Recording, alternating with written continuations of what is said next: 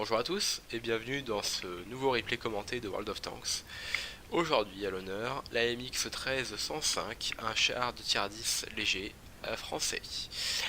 Par rapport aux caractéristiques du char, c'est un char léger, ses avantages et ses inconvénients. C'est un char qui est extrêmement similaire au Batchat, qui est plus mobile et qui a donc pour compenser un burst un petit peu moins élevé, 3 obus, un meilleur temps de reload et un canon qui reste quand même assez similaire, 390 points de dégâts, pénétration un petit peu faible, à la gold ça peut passer, mais c'est vraiment un char qui sera frais pour taper du flanc et taper du blindage qui a des blindages assez faibles. C'est un char qui est doté d'un excellent camo, très bonne vitesse de pointe, donc un excellent spotter et qui est du coup joue sur une carte qui lui est tout à son honneur, qui est encore AFK. Alors, belle partie de tier 10, de tier 11 même. Donc là il est parti du côté des lignes 1-2, ce qui est du classique sur cette carte. Attention à l'EBR, bon, il a déjà perdu la moitié de sa vie. Hop, il faudrait qu'il puisse être sorti. Parfait. Très belle opération de la part du joueur, l'EBR est vraiment une plaie. En fait à sortir, donc sur une carte pareille, c'était le bon mouvement. Là on voit qu'il a lancé un reload, on peut voir la dispersion à moyenne et courte et longue distance qui est quand même assez mauvaise.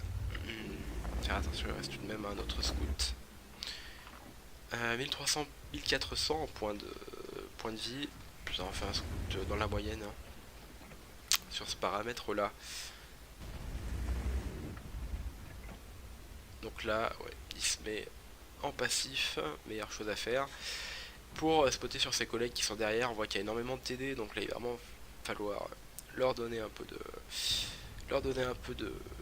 points de structure à enlever. On peut voir que ça marche pas trop mal.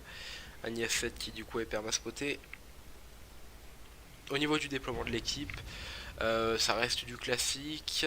Bon, il y a quand même certains heavy qui sont partis sur les lignes A2, ça c'est pas forcément une bonne chose. Il aurait peut-être été mieux, notamment le FV215B au centre de la carte à sniper sur le heal. Sur le heal, on peut voir que ça pousse, c'est plutôt intéressant. Il n'y a pas l'air d'avoir grand monde sur les lignes 7, 8, 9, 0. Allez, l'IS-7 qui va bientôt sortir, le E3 qui est spoté. Allez, ça y est. L'IS-7 qui est tombé, déjà 3-0, 2000 points de dégâts d'avance. Allez, le 3 commence à prendre quelques tirs, déjà 2800 points de spotting. L'arty, donc je pense que certains de ses alliés sont spotés, il y a l'arty qui a tiré sur eux. Peut-être que le T100 à mon avis doit être un peu en face, donc faire attention à ce qu'ils ne viennent pas en fourbe. Le 3 qui continue toujours d'avancer, c'est assez couillu de sa part. Je pense qu'il va le payer assez cher, d'être en plein couvert, peut-être en plein découvert. Même si c'est un excellent blindage, le bas de caisse peut se taper, donc ouais, je pense qu'il va pas durer bien longtemps. Surtout que dans son équipe il y a un STRV. Je verrais bien moi le T100 en face sur la colle en E1. Ouais, pénétration assez limite, hein, comme on peut le voir. Sur un E3 ça reste assez dur. Très bon réflexe de sa part, hein, d'avoir essayé de supprimer ce E3. Et là il commence à se rapprocher. Je pense pas qu'il aurait pu le spot, mais bon, on sait jamais. On voit qu'il emmène, je trouve qu'il emmène quand même pas mal d'obus gold. Ça peut s'entendre. Surtout sur des parties de tier 10 comme ça, dès qu'il y a besoin du canon en fin de partie, ça peut toujours servir. Pas d'HE, je suis en accord avec lui, je ne pense pas que ce soit si utile que ça, et il le joue du coup avec la ration améliorée pour augmenter les statistiques du char. Effectivement le T100 était là, T100 qui du coup a tiré en même temps qu'il est passé, donc il a pu le spotter, et là donc c'était un one shot, hein. Il a pris assez cher. Là maintenant plus de light en face, il a un boulevard devant lui, donc il va avancer je pense tout doucement dans les buissons et à s'arrêter dès qu'il y a quelqu'un de spot pour laisser toute son équipe taper dessus. Là il a vraiment un boulevard, il est full life. Ah, on peut voir au fond un arbre qui est tombé. Je pense qu'il va peut-être s'arrêter par là.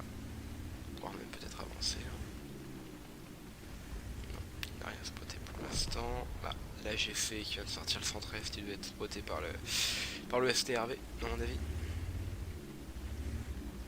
Là, il va y aller de petit à petit, faire attention des fois de ne pas faire tomber l'arbre. Est-ce qu'il pourrait trahir sa position?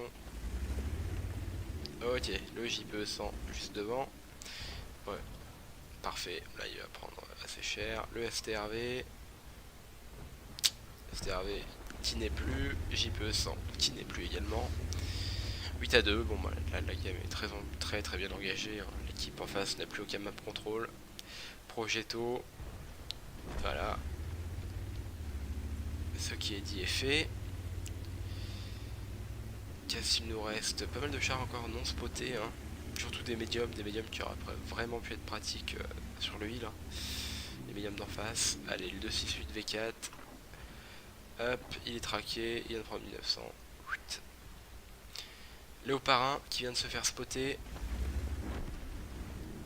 Le second 268 V4 qui vient d'être sorti. Léo 1, il reste un 30B et un STB1 également qui n'a jamais été spoté, il doit être juste en face. La GC, ah donc ça elle va être sortie je pense sans aucun souci. Allez, la MX30, le Léo 1, et je pense que le STB1 est juste à côté, mais vu qu'il doit avoir des valeurs de camouflage un petit peu plus élevées, là maintenant voilà, il peut utiliser son burst bien tranquillement. Le FV qui vient mettre la dernière couche. Le STB1 qui est spot, oh là là, à la HE, le STB1. Et il prend tout le spot sur le STB1. Il ne reste plus que le 30B, 100 HP. Et c'est fini. Franchement, très belle partie. C'est vraiment très plaisant quand ça se passe de cette manière-là. Là, ce qui a vraiment joué, hein, c'est le spot. Hein. C'est vraiment les très bonnes positions, le très beau spot qu'il a pu faire. D'un coup en passif, puis en actif. On peut voir, hein, le support des alliés plus le support de l'artillerie, plus de 18 000 points de spot avec 1100 de dégâts. Voilà, donc là les scouts en face, hein, le Panhard qui a au début qui s'est fait rect, hein, dès le début, le T100 qui était en spot passif qui a tiré au même moment et qui a du coup s'est fait one shot, hein, par la puissance de feu qu'il y avait derrière. Très belle partie de la part du joueur. Donc on a vraiment pu voir que le spot c'est vraiment la principale des choses sur ce jeu. N'hésitez pas à mettre un commentaire sur cette partie et je vous retrouve pour de nouveaux replays. A bientôt.